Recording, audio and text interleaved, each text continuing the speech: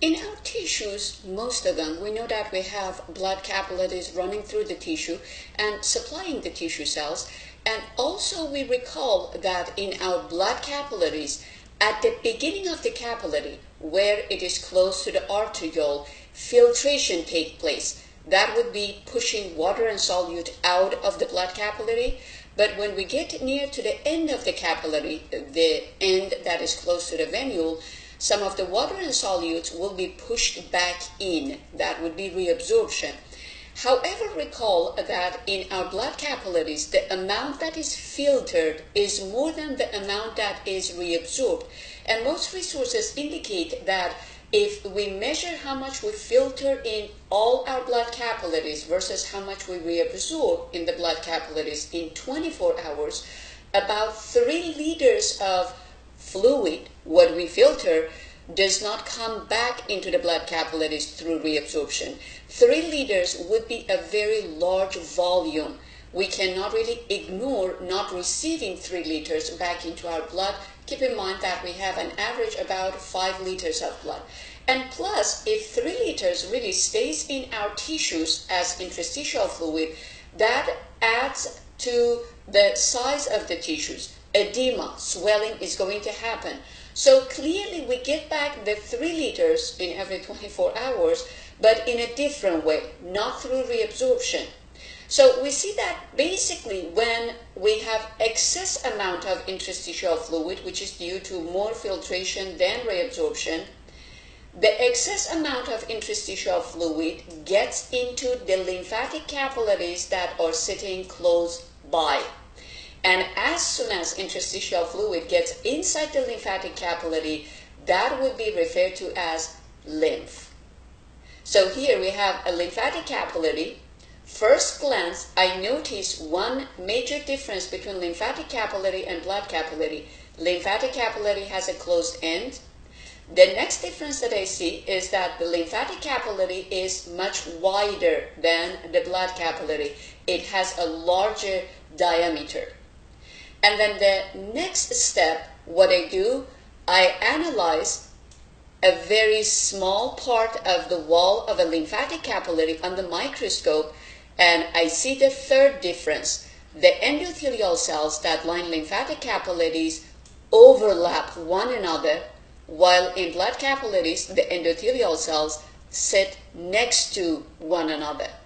That overlapping design that we have in the endothelial cells of lymphatic capillaries is very important for us, simply because in a situation that the pressure of interstitial fluid is more than the pressure of lymph, these cells can a little bit move away from one another and open up the space in between and let more interstitial fluid to get into the lymphatic capillary.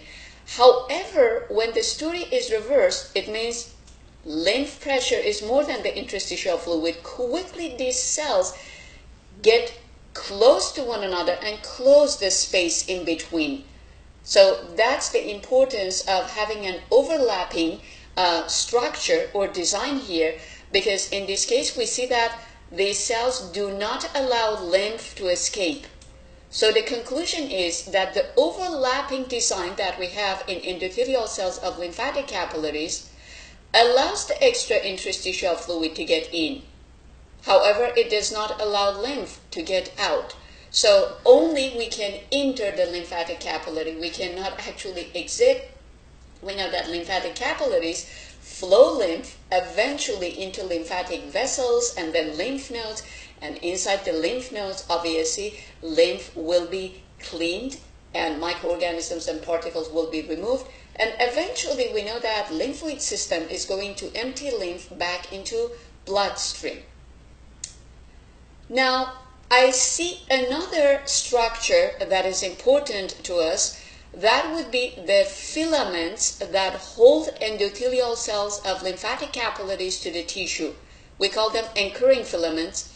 And one important thing, aside from that, these anchoring filaments actually hold these endothelial cells, in a way we can say they hold the lymphatic capillary in the tissue.